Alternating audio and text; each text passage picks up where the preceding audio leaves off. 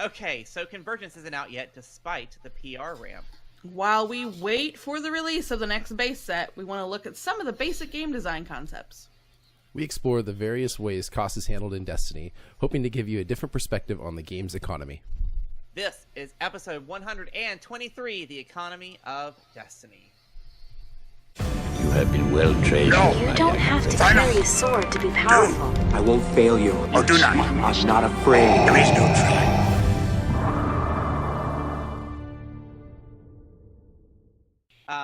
Welcome to our special guest who is floating up here. He's up there. In the big screen. Welcome to Eric from Jackalman Games, who surprisingly is like super close to me, and I've never actually hung out, so this is something we'll have to rectify soon. Yeah, man, and the perfect time to do that would be at our event that's coming up. So, timing may actually work out for that very well. Right. Very cool. But regardless, I appreciate you guys for having me on. It's truly an honor, and you guys put out some great content. Meh. Thanks. It's mediocre at best. Eric, why don't you go ahead and introduce yourself and maybe explain to the people a little bit about what you do for the Star Wars Destiny community. So a lot of people know me by Maul with Jackalman Games. I've traveled with the team all over to Georgia, to Louisiana, to down to Florida, all over. And for our team, I really don't do much. I do the vlogs. No, I do a lot of the live vlogging at events when we go to regionals to kind of update and show people our mindsets in between rounds and just plays and things of that nature. I also get really cool deck techs for people because moving from one game to the other, I had previously stated to you guys about Yu-Gi-Oh! And stuff. I didn't see any cool deck profiles like that in real life. It was all on database, and I didn't enjoy that because I like personable content, and so I really enjoy that. And other than that, I just go and play and try to have fun, and I also participate in our podcast from time to time. Do you know what this is like? We all know what this is like in our podcast. That's great. Every once in a while. Yeah. Very cool. Well, thanks for joining us. Before we get into the meat of the show, we always have to ease into it a little bit. We ease into our show. Kim, your spot on the script is blank, so I'm curious as to what you're going to say. That's pretty exactly accurate so far. Kim is so blank you can't even hear her. Yeah, well, everybody else went silent, so I knew it was on my side. So mine's blank because I have had technical issues, as some of you, if you've watched the show recently. I've been struggling with the lag on my laptop, and then I thought I got it fixed. And then tonight, no, it's not fixed. So I had to do a quick switch to... So that's what has sucked the life out of me the last week or so, is troubleshooting laptop problems. That's fair. Whoopee! Technology is always fun, right? It's always. I think I'm more upset that I was so excited. I literally wiped the entire laptop, so I expected it to work okay tonight, and it didn't. So well, that's good for you. That's bad for you, and potentially good for me. So. Technology is awesome when it works. I understand because it's at the first round of every tournament we stream is always. Right. Just first world problems. It's okay. Yeah, it's all first world true. problems. I've been fortunate enough. My wife has been trickling boxes across the galaxy for me, so I'm finally catching up. Although I did experience my first duplicate legendaries box, right? So I had two boxes that had the exact same legendaries pulled out of it. Oh. It was kind of cool from a collection standpoint. Play so set. These are true. these 6. Granted, one of the 6 was Vader's Fist, so I'm okay with that. Oh, nice. But The best card in the set. That's a big win. Yeah, a big win. But anyways, what about you, Mike? So I have been playing TTS a bunch lately, and I've been playing with the Jackalman Games proxies. I've been trying to get into those new cards. Yeah, I know. Shameless plug number 2, check. I am also a new Patreon member to these guys so that I can get those proxies a little bit earlier. And get down on some Infest Ness is really what I'm enjoying right now. Hey man, Nice. she is naughty. If That's the word. That is the word. For sure. Very cool. So let's get right into it and jump into the Star Wars Destiny news. Let me take that back, huh? You'll find what you need.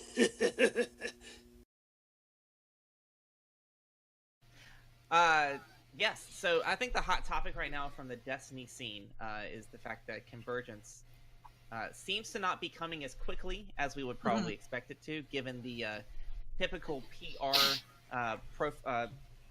process setup that they've been using.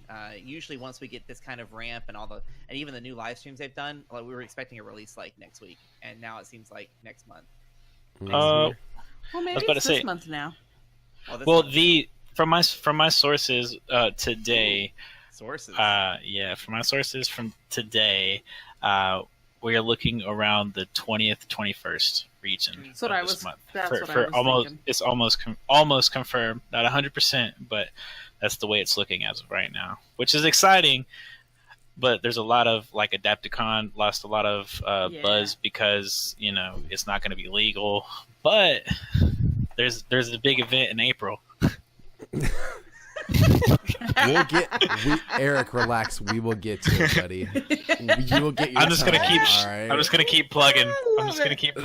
You keep looking for the best transition you can possibly get, but it's just we're not there yet. I know. Funny. I see no shame in it, man. It's all right.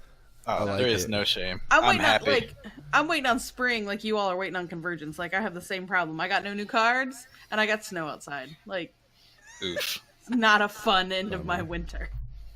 Oh man.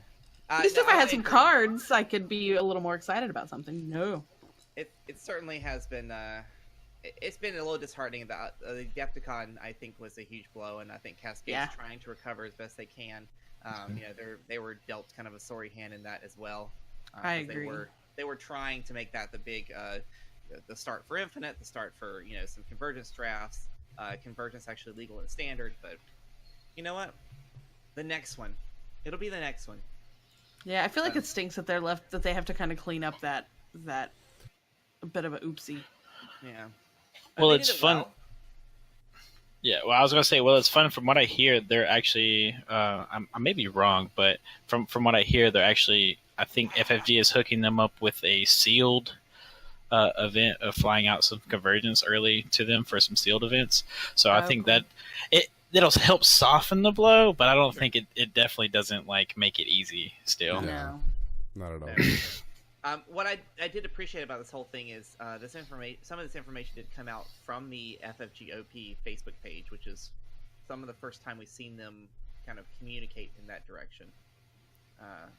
Sometimes we just don't get the news, or it comes straight from Cascade itself. So that was a nice, at least they're getting ahead of it, or trying to. But it'd be interesting to see if this was always the plan, or if it was delayed maybe a week or two. Information we'll never know, at least not until we can find some better sources. Yeah. Speaking of, nope, that's a horrible transition. Go ahead, Eric. You just say your thing. He's had all these build-ups, and then you give him a terrible segue. Oh, man. Yeah, You're man. welcome. Hey, look, I wouldn't rather have it any other way here on the Chance Cube. Look. So yeah, guys, what they're talking about is what we're talking about. Yeah. Telling me to go is what I'm saying. When he's hinting to us. What I'm shamelessly plugging multiple times is on April 27th in Mount Dora, Florida. Jackalman Games will be hosting our first annual Jackal Hunt, and it's going to be the first standard tournament with Convergence legal. And what this event is very unique, first of all, where everybody plays standard except for the 7 Jackalmen. It'll be the first event that all 7 Jackalmen are in one place at one time. And it's going to be really awesome.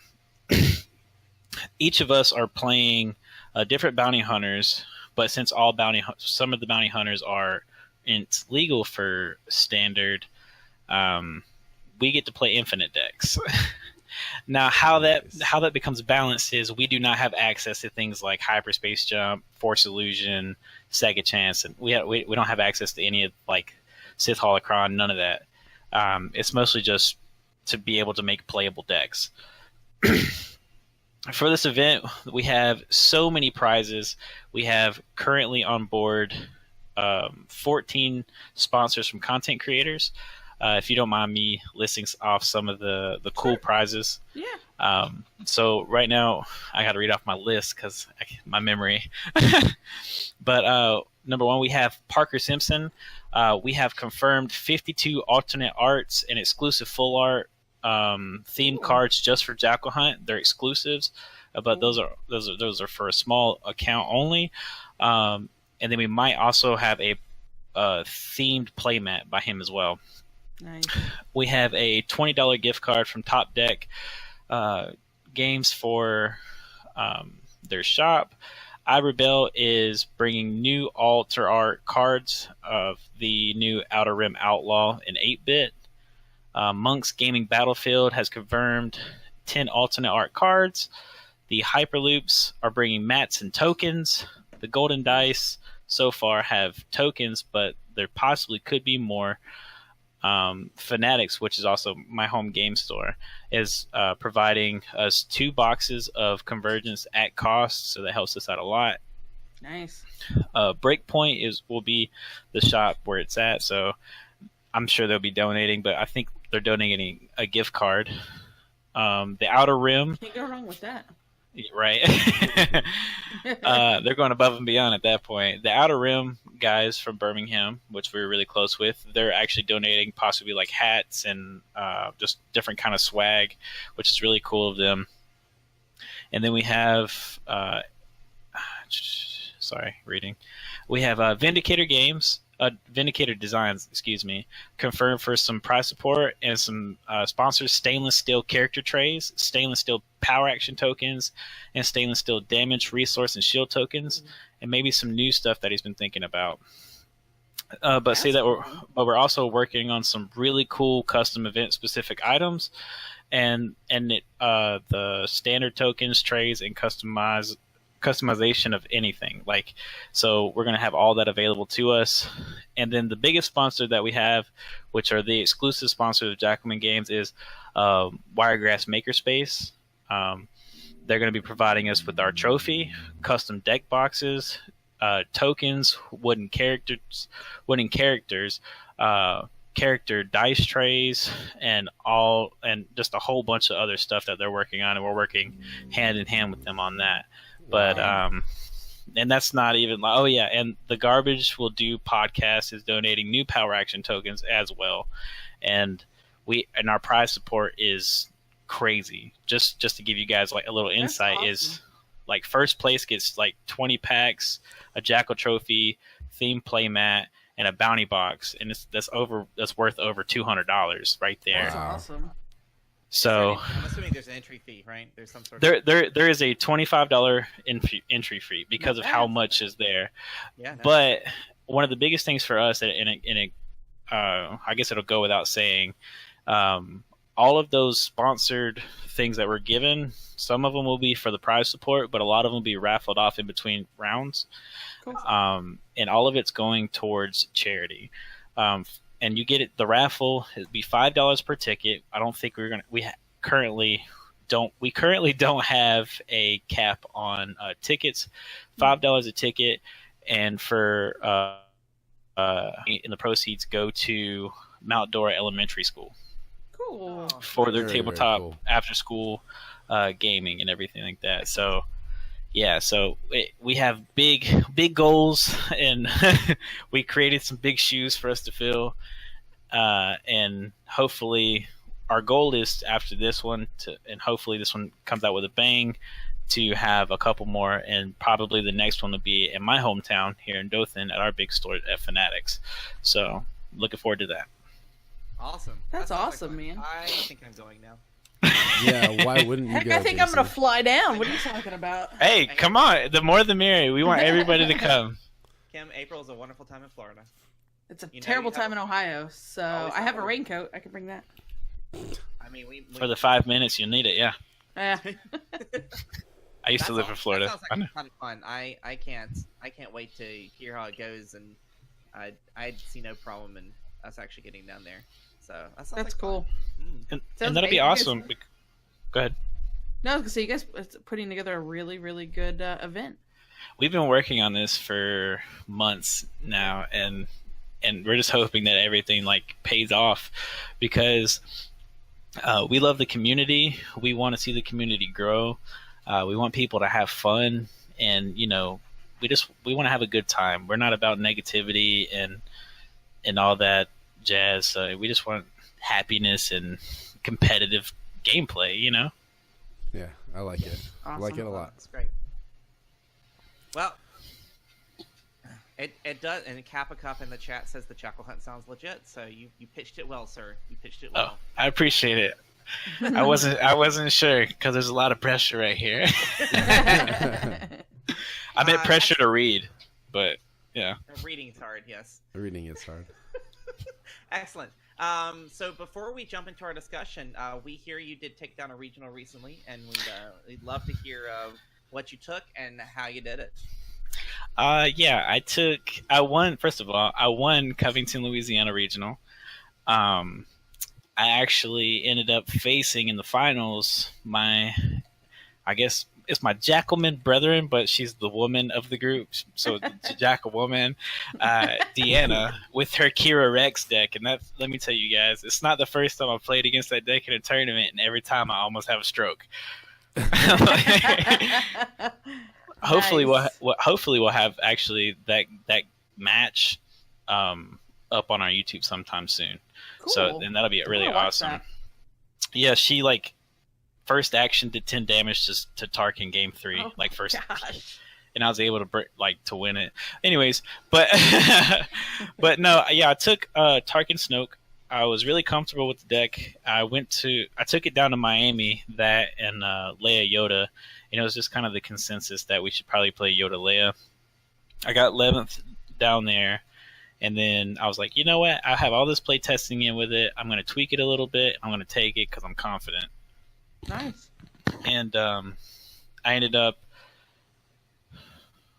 I lost round 2, and that was the only loss until top 4. I slotted in as the last, at the last spot. Ended up going against the undefeated Han Kira deck, and it really wasn't that bad because in my deck I tweaked it to where I played 11 events in the whole deck.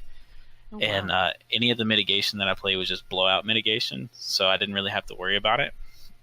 So just let them commit to the board state, completely wipe their board, and then me play the game how I want to play it.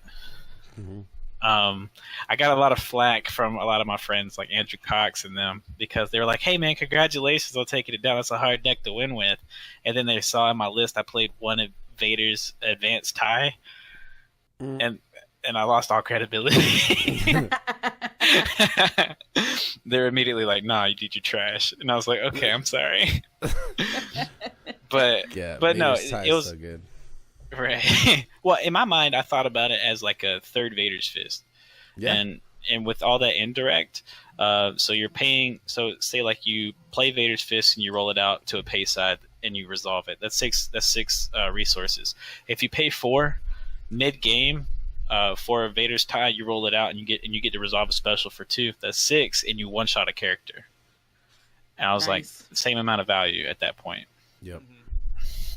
But yeah, so I went X1 through Swiss, and then I 2-0'd in top 4. I won 2-0 in top 4, and then I ended up winning 2-1 in the finals against Deanna. It was really tough. I had a lot of fun, but if it wasn't for my team and them helping me prepare, I definitely wouldn't have got it. So, shout out to them. That's awesome, man. Yeah. Appreciate it. Cool. Yeah, it's always good to hear some diversity here too at the end too in terms of deck builds and Hero Rex. Yeah. That sounds fascinating in itself. Guys, I'm telling you, if you haven't played Kira Rex, go look at her deck profile. I did it on our channel, and if you play with that deck, it is severely it's just crazy. It'll kill you so fast. Well, it's insane. You did the deck profile for your deck too, and that's also on your YouTube. They're both very good videos. Yeah, you did the top I appreciate 3, right? You did the top 3 decks. You did the top 3 decks. What's the video right below that? There's a third one. It's another deck profile. Oh yeah. That was the third place. Yes, that was the undefeated Hankira deck that I faced in top 4. Yeah. All those videos are really good. You guys should go check them out. Oh, appreciate it. I got something else to watch at 3 in the morning when my daughter wakes up. Hey man, you can look. Our channel is always welcoming to everybody, not just mine. Especially at 3 in the morning. I sent Klaus from your Destiny a picture of my daughter watching their YouTube channel, so she's already inundated into Destiny, even though she's only 5 months old. Fine. Oh yeah, I can fall asleep to his voice. It is quite soothing. I agree. Excellent. So while we got the time, let's go ahead and jump into our discussion, which proves to be, I think, pretty interesting. Cool. All right, but first, a word from our sponsor. You know, Mike, I just can't seem to get the cards I need in the booster packs I've bought. I'm still missing a Mother Talzin, a Darth Maul, and I need some more battle droids. That 5-wide droid deck isn't going to build itself, and I have all these extra Yodas. Seriously, Kim, I told you, check out Armada Games. You can buy and sell Destiny cards on their website, shoparmada.com. It's just a few simple clicks and bam, you are done. I used it just the other day, and now I got 2 Maul Sabers heading my way. Hey, what are you guys talking about? We're in the middle of a break here. Jason, you know how you've got all those extra cards from all those booster boxes you open? Mike says you can sell them online super easy. No way, seriously? How? I've got to make room before this next set comes out. Jason, whether you're new to the game or a seasoned vet, Armada Games has just what you're looking for. You can buy and sell your Destiny singles all from the comfort of your living room. Pre-order the latest sets of boosters and find the droids you are looking for. You can also check out their selection of Destiny accessories. And you'll get free shipping on orders over $75. For an even better deal, be sure to use the coupon code TheChanceCube and receive 5% off your Destiny purchase. Visit their website at shoparmada.com. Armada Games. Get in here and game.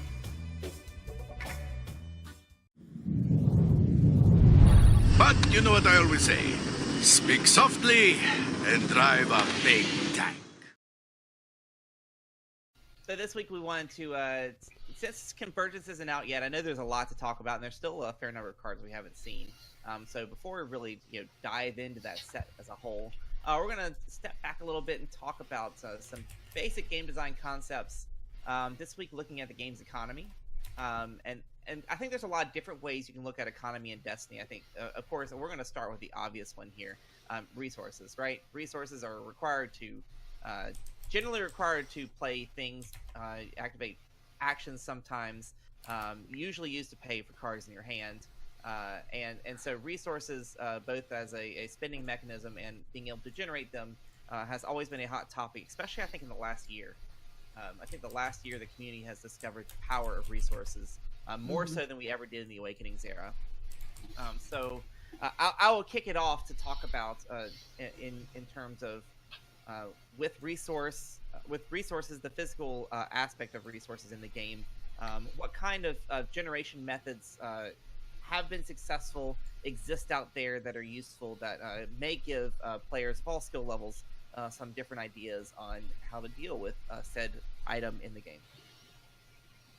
Well, I think firstly, everybody has to realize that when you pick a character, you need resource generation.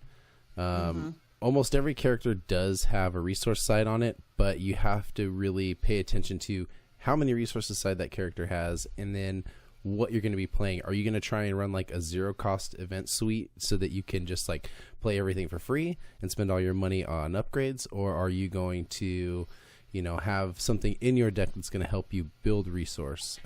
We'll talk about some of those cards, especially we're going to focus kind of a little more on Convergence today with the cards, the new cards coming out to help you do that. But that's basically like one way that you can generate resources.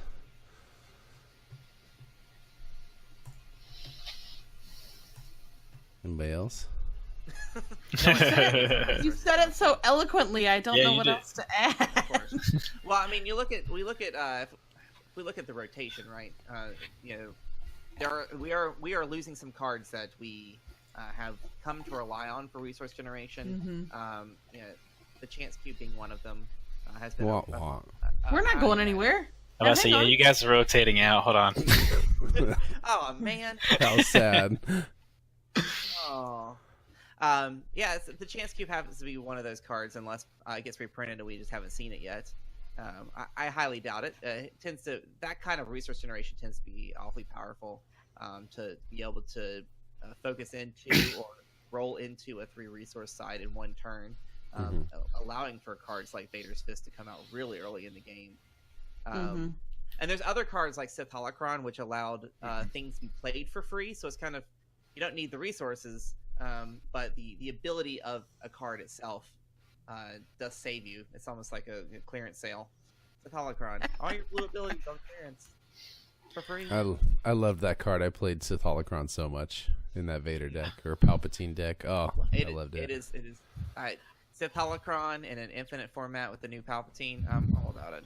Yeah. Look, all I'm saying is, from a Tarkin Snoke player, Sith Holocron and Chance Cube are my babies, and I'm so sad.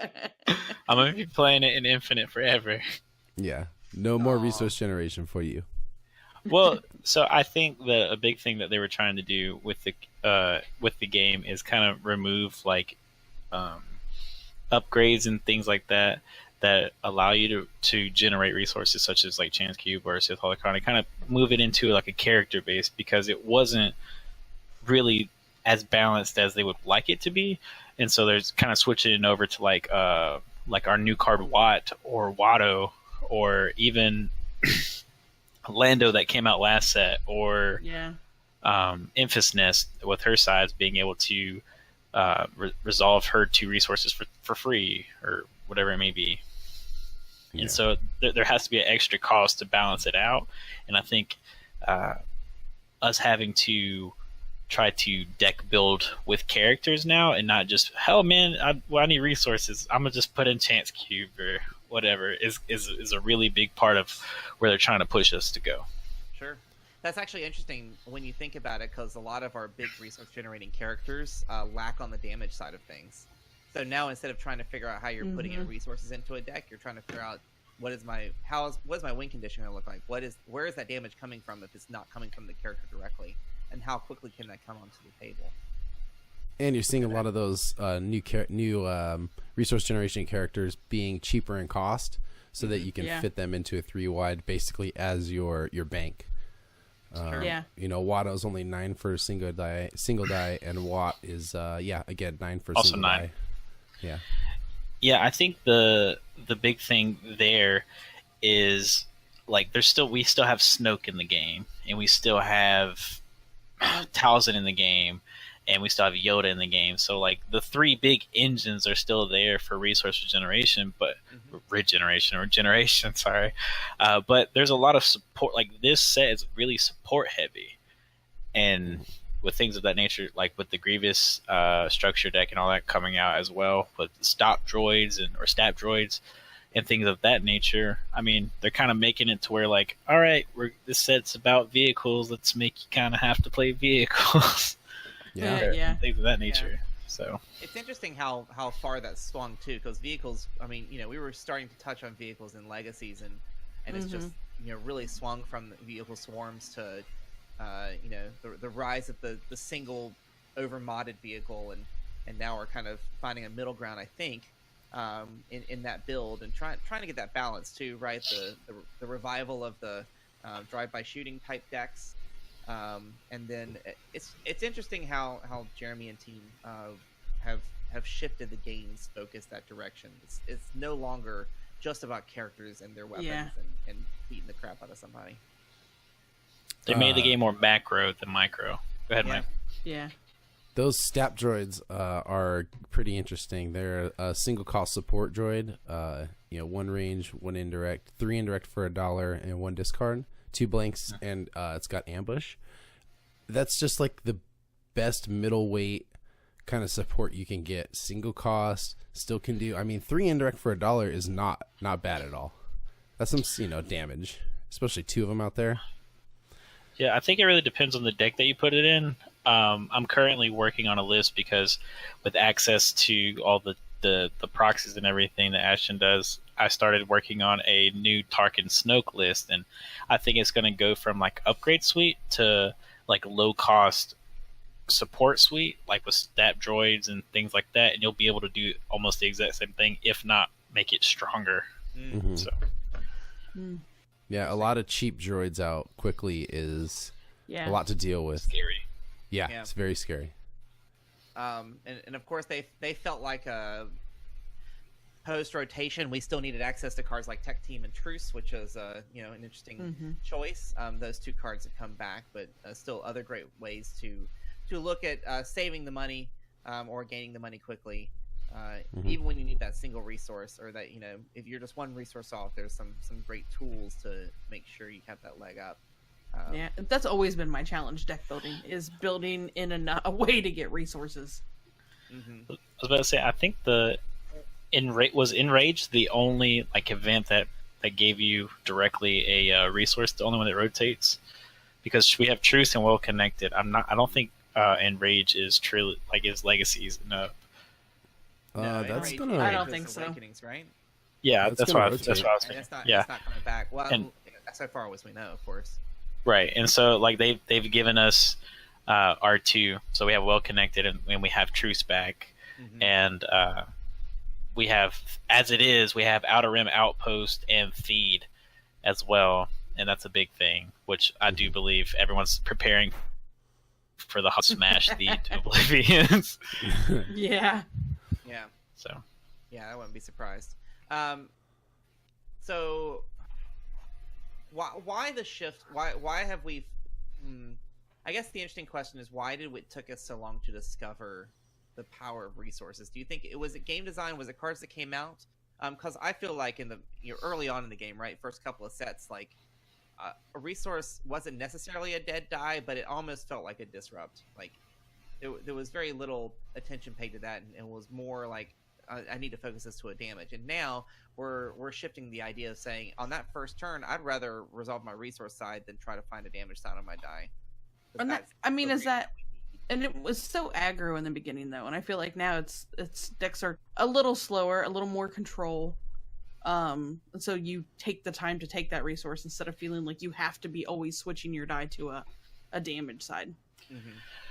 I feel like a big part of that for the community to have grown is has a lot to do with the teams and content creators getting together, because what I've realized in my time with Jackalman Games, that each of us are different kind of players. Like Kevin's a mill player, Ashton is a more mid-range player, I'm a toolbox macro player, and Fortune is a aggro player. And so it's like you getting to see and hear their different mindsets. Like when you sit down and play a game and all four of you say, this is the play that I would do, and they're all different. Like once that community started building up and putting out content, providing content, we all got to see the game differently and how the game was played. And so I think FFG has kind of adjusted to that, or we adjusted to FFG because it was originally very simple, and then anything that you start on project wise that starts out as simple, you never want it to kind of stay there. You want it to build from there and kind of expand out. And I feel like at this rotation, they have their hands out here because there's a lot of supports and vehicles and all kind of things out there now. I think also FFG is still trying to show us everything the game can offer. So every set is showing a different meta. We're always seeing kind of a theme every set. And this set, is gonna change. It's gonna be different than the last set, and that's good. But eventually, I think we might see everything, and then we'll start seeing all the different types of metas releasing in every single set, so that you can play your meta in standard. That would be interesting. I wonder if that's even possible within the design space. I mean, sure it is. They just have to, like you said, build these different layers. They're just starting this whole tribal function, which is that's a whole nother thing that's going to need 70 to 90 some odd cards just to support different threads of that. So it's interesting. All I got to say is Kylo Snoke will be a force at rotation. Oh yeah. Oh. Give me Kylo. Give me Immediately gets aggro. sad. No, that's good. Hey, look. Blue if villain someone aggro. talk That's about villain me. Cards. Thank God. I only Let's say ever want to just- talk about his hero. Mm-mm. Oh man.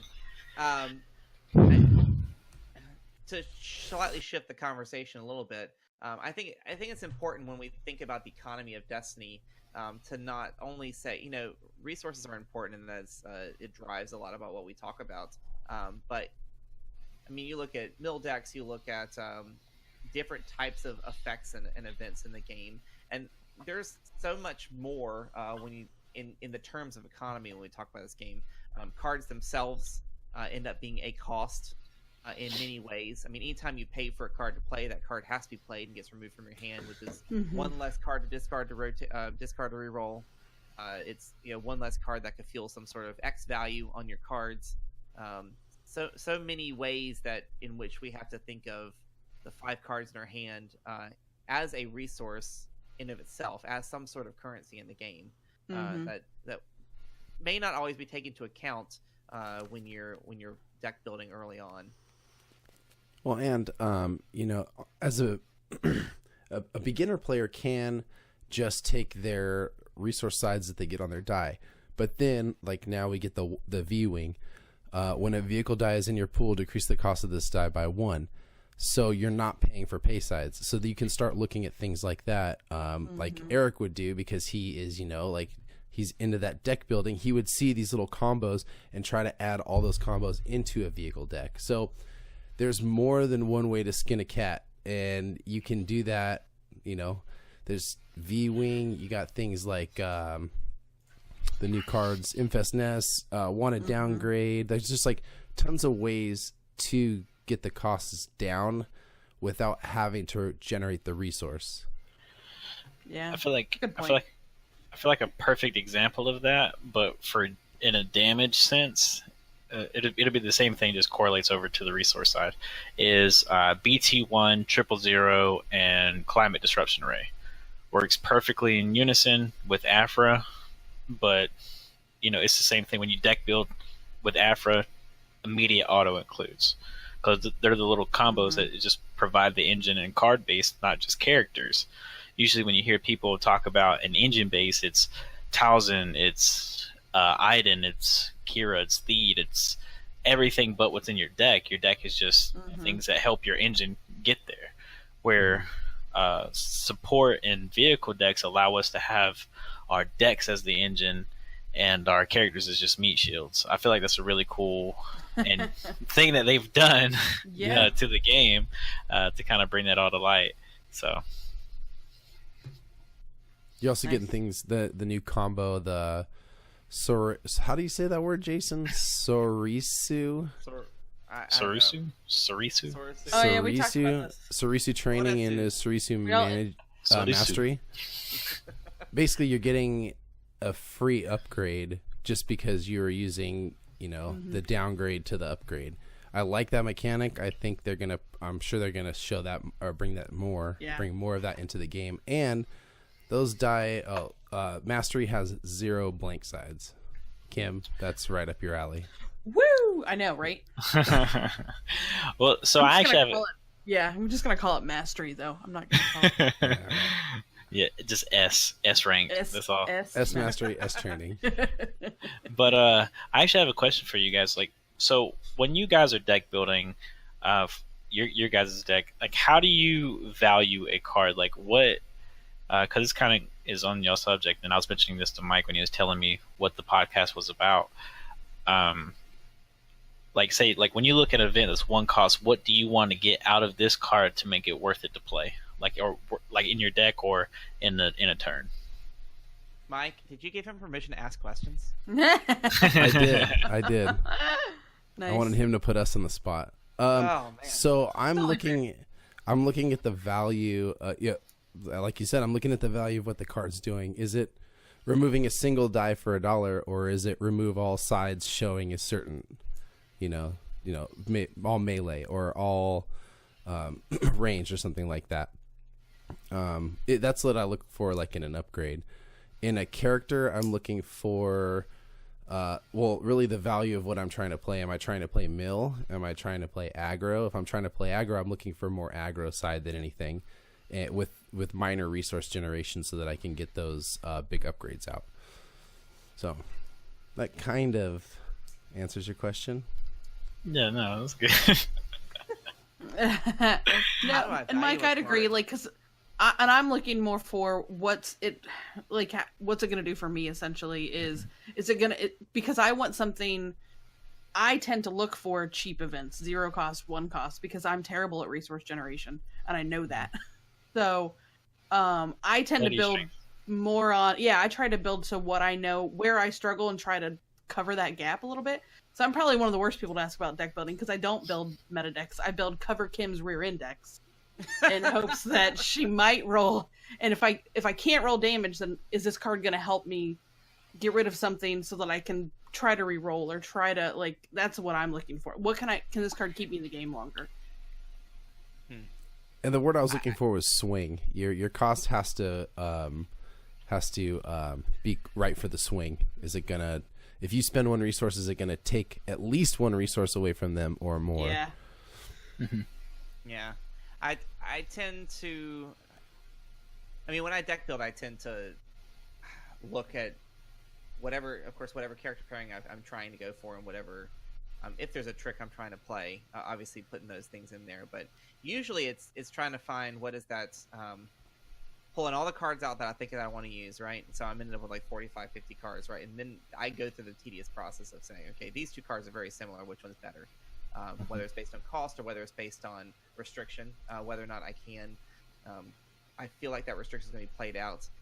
Anytime I deck build, I always keep all the cards that I pulled for that deck aside until I've done, at least a dozen runs through with the deck, just to make sure that I didn't make an error on what I was thinking would be possible. Because I think you have to consider cost. You have to consider, is this going to take too many cards out of my hand because of some sort of weirdo thing?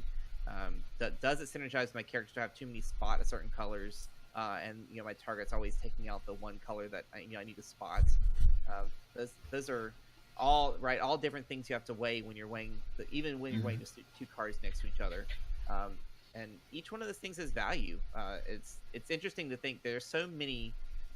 Just looking at removal cards, there's so many removal cards that all do the same thing. They all remove a die, but the restriction to make sure you can remove that one die or multiple die is different with each one. And there's so many that will fit into a certain slot of a deck if that's the direction you want to go. Unless you're Eric and you just want to clear the entire board with 1 play, and that's fine. Well, like generally, whenever I look at a card and I see a resource, me and James or Fortune for Jackalman Games, when we normally have our conversations, I'm like, okay, so what prompted you to play this card over this card, and like, why didn't you choose this over this? And he'll be like, well, I want at least 2 damage per resource because he's an aggro player. 2 damage per resource is how he would kind of make sense of things, and so it's like each one resource cost on a card has a value to him, has a cost to him. It's like, okay, what am I getting this out of this card? Can I either stop 2 damage or do 2 damage because of this card? Nice. Or in that sense. And for me personally, I build a very macro toolbox decks where I'm able to. So how I play the game is I try to out trade you and be ahead in the round. And so the next round I don't have. It's not that I take off next round or I build up.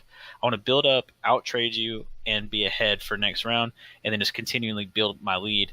And so by the time I finish the game, you're 2 or 3 rounds behind me, and that's generally ends up how it's been turning out. But nice. It's different for everybody, and the how you see cards and how you see things kind of work together really depends on your play style. And like I said before, with each of our community, like the community growing and you being able to see and learn different play styles and mindsets in the game is so critical in deck building, because you're able to see an underlying value to a card that you might personally and due to your play style not see or have seen at all. Mm-hmm. I think that happens a lot where we see cards that we think are undervalued until we see them played with their set. And then we see the true value in that card.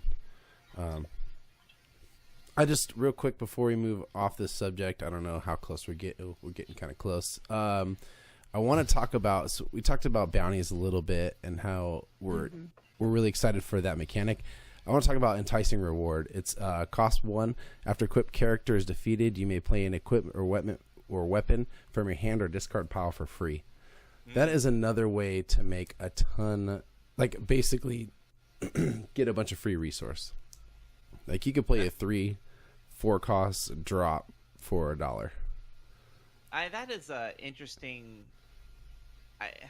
Depending on how often that's going to be played and how the popularity of bounties is going to be, but I can tell you, if the meta starts swinging where everybody's got, a 3 or a 4 wide, and you got a couple lower health characters, like that is, put that on the trooper over there that you're trying to use for best defense, or trying to guardian all your die, or whatever you're trying to do with battle droid in the corner. That's going to be a nice play, because if you can get rid of that character within the first couple rounds, and you find yourself could be any number of high cost upgrades, get that Darksaber down in turn 2 or whatever it is, that could be fun. It's fun until Vader Greedo plays it against you and God rolls. Yeah. Then you just want to quit. Throw the table. Flips table every time. Sure. Cool. Any lasting thoughts before we move on? Let's talk about Seize the Day real quick. Have you looked at that card yet, Eric? Refresh my memory. So Seize the Day. Play only if you control the battlefield, gain 2 actions at 1 cost. Yes. It's a neutral. I think that is a crazy value for the cost. Clearly you got to be ahead, but 2 actions for $1. I feel like it's one of those cards that's going to get that if drop-in didn't come in the set before it, I feel like it would be very slept on. Because when drop-in first came out, everyone was really skeptical about it. They were like, this card's not very good at all. This card's trash. And then Han Kira was like, all right, I'm going to do all this damage. Claim.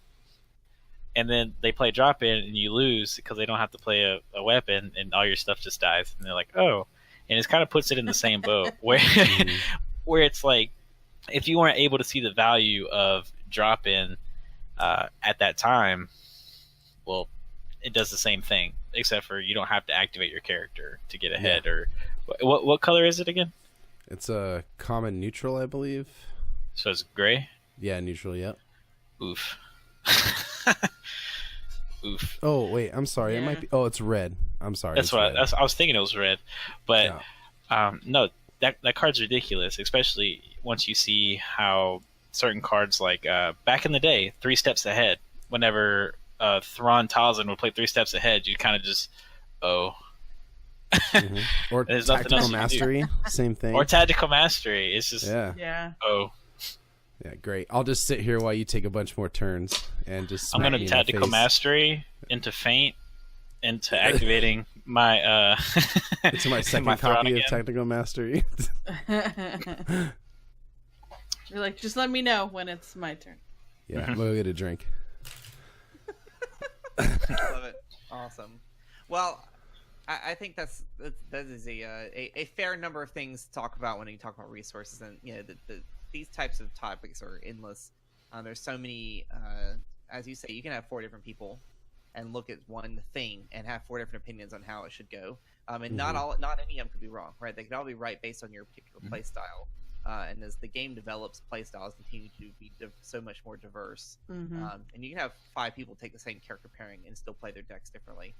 I think it's fascinating just to look at these different aspects and elements of the game as we continue to grow with it, as it grows with us, and it continues to change. And I think it's wonderful. It's a wonderful time for this game, and I think it's going to continue to thrive as long as they continue to put as much love and care in the design of it as they have been in the last couple of sets.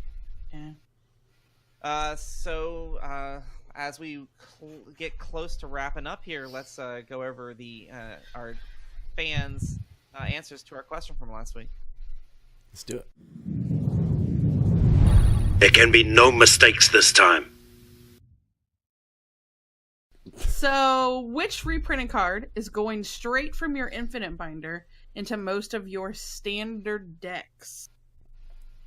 Because we talked about a lot of those reprinted cards last week.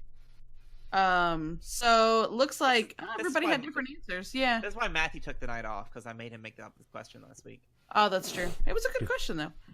Daniel said truce. Got to make that money. That kind of fits into what we were talking about tonight. And I guess, let's see. Parker Eric? Simpson, you're not going to get your bait and switch back. He's still holding out, hoping that's hiding in the remaining unspoiled portion of the set. Don't worry, he can make an alternate art and send it to me any day. There you go. See, Eric with 2 Ks, Treshlog, I'm sure I pronounced that completely wrong, suggested Probe and maybe Tech Team, 2 cards he's looking at. Yeah. Probe. I had the same answer as Jason Peterson, Best Defense, because I got the promos. You gotta... Yeah. Right? No, you don't like that card over there? No? Not a fan? Not a fan. Best Defense. I like that card. I mean, I'm cool with you killing yourself for my blanks. That's cool. So I like that happens more often than not, that's for sure. Right. James Rayo, Bolt Hole. They reprinted that one, right? No? Damn it. Who plays Bolt Hole? I don't know. I know I had to read it a couple of times because I was like, I really had to think about that one. I don't even know what the card does. I just know it has Finn like sneaking up through the card. I'm like, I don't even know what it does. Let's see what Bolt Hole does. I don't know that card. I don't even know. It just has Finn. It's a yellow card. I think it's hero. Remove one of your yellow character die to give that character 2 shields. That's not horrible. No, it's not horrible. 0 cost yellow neutral. What is yellow? Yeah. But it's yellow. Yellow. Not That's that. a weird color to be doing shield stuff with. Yeah. Right. I don't know. Now, It could be. Mike, Jason Griffin said that Villain Red got all the cool reprints except for Truce. I don't know if you'd agree with that. But First Order Stormtrooper, Probe, and Best Defense. Yeah, they're pretty good reprints. I mean, I do like Best Defense, and First Order Stormtrooper is pretty good. Probe, I'm cool with the Stormtrooper. Because I'm going to build that Trooper deck, because that's all I'm waiting on. So many people got upset over Probe. So many. Yeah. We'd be remiss to mention Timothy Budden's response as the Crime Lord. I'm a big Crime fan Lord! That's what he said. That coming back. With 3 exclamation points. Exclamation points Yes. Oh, that's funny. I mean, of course, that card certainly fell out of the meta after the Spirit of Rebellion, but I'm sure it won't ever come back in. But it always is fun to see someone try. Famous last words there, Jason. Now you. I don't know, man. Yoda Boosh is still definitely a thing. Oh, sure, of course it is. I tried to make it work with God. Oh no, the points values were awful. Yoda. Petite. Nope. Just kidding. Let's forget I said that. Moving on. He's gonna edit that out of the show. Edit that out of the show. Yeah, I'll leave it in. You're welcome, Cut to the everyone. I end. left that one in for you. Yeah, cut that Well, one. that's kind of wrap it up, though. I think that's the end of another week. Eric, thanks for joining us. It was Thanks, fun to have man. you on. Thank you so much. I appreciate it. You add some legitimacy to what we do here. Well, I True. mean, I can only be me and nothing else. We should use that more often. We can only be us and nothing else. Hey, that's a life motto. That's life. That's true. That is great. If you're watching this show live, thank you for the follows. If you have a free Amazon Prime subscription for Twitch, we appreciate you use it on us. It always helps us bring more content to you guys. Follow us on Twitter, Facebook, Instagram. And if you're watching this on YouTube, hit subscribe. And if you listen to us via Apple Podcasts, we love reviews. Please and thank you. Head over to our Facebook page. Episode 124's question of the week. What do you do with your extra resource from Theed Palace? Since almost everyone plays. Whoever doesn't know Theed Palace, it is a neutral uncommon battlefield power action. Gain 1 resource, spot a neutral character to take 1 additional action. And with that, Yeah. we bid you all adieu. Thank you, and have a great week. See you next week. This has been The Chance Cube, a Star Wars Destiny podcast, a non-profit organization dedicated to building community through gaming. Visit our website for all things Star Wars Destiny, including our price watch, meta tracker, and latest articles from the Chance Cube family. Find our latest videos on YouTube, follow us on Facebook, Twitter, and Instagram, and visit us at patreon.com/thechancecube. Your patronage allows us to grow this program and help us give back to the gaming community by sponsoring events, giveaways, and supporting our own community building initiatives. This is Mike Hill, the voice of the Chance Cube. Thanks for listening.